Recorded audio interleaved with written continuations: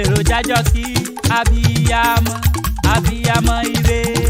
Ọláìdé àyàdú ìyàdú ogún ọdún o. Àpáta dé àpáta pààrà ewì dé.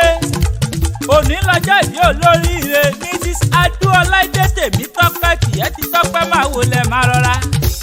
Mrs. Adu ìwọ lolólùfẹ́ Mr. Adu ìwọ nìyá Adu Rhoda Adu Esther Adu Pius Fákóńdà Peter Gbádébọ̀ Níkẹ́ Fámodúró Tèmítọ́pẹ́ Àṣínè Patience Fẹ́yẹ̀ Invent Multiventure Òkè Ayọ̀ Youth gbogbo wọn pátápátá pẹ̀lú Tọ́láyé Olúwanífẹ̀ẹ́ Adé Òjó Olúwadùnsì ni wọ́n ní kí n máa kíyọ. Wọ́n ní oṣù ojú èyí wàá ṣèmí yìí sí. Wọ́n ní kí n sáré délé bàbá tó bí ọlọ́mọ lẹ́sẹ̀ kan. Ìwọ lọmọ olódò ọba. Ìwọ lọmọ ìwó tí ò nílẹ̀kùn bẹ́ẹ̀ ni wọ́n ní kọ́kọ́rọ́. Ẹrú wẹ́wẹ́ wọ̀fà wẹ́wẹ́ ni wọ́n fi délé lé bàbá tó bí ọlọ́mọ. Ìwọ lọmọ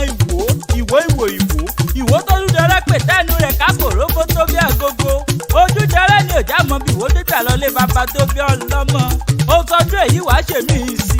Èèyàn tó bá ní kó mọ̀ pẹ̀ láyé àbẹ́ni tó bá ní kó mọ̀ sàmọ́dún ẹ̀yà kàlà ni ó máa sì fún wọn. Èèyàn tó bá ní kó má jẹun wọn mọ́ ọrùn á máa wọ̀ wọ́n ní bẹ́ni tó lu sìmẹ́ǹtì mẹ́fà pọ̀. Akí ọkú ọdún òkú ọdún okú yèdùn.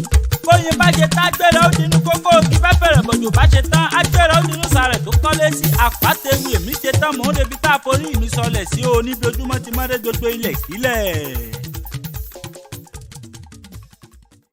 Hi guys, welcome to our YouTube channel, 2A Media House. And please don't forget to subscribe, like, comment, and share our videos. And don't forget to follow us on all other social media handles at APATA EWI ROC. Love you all.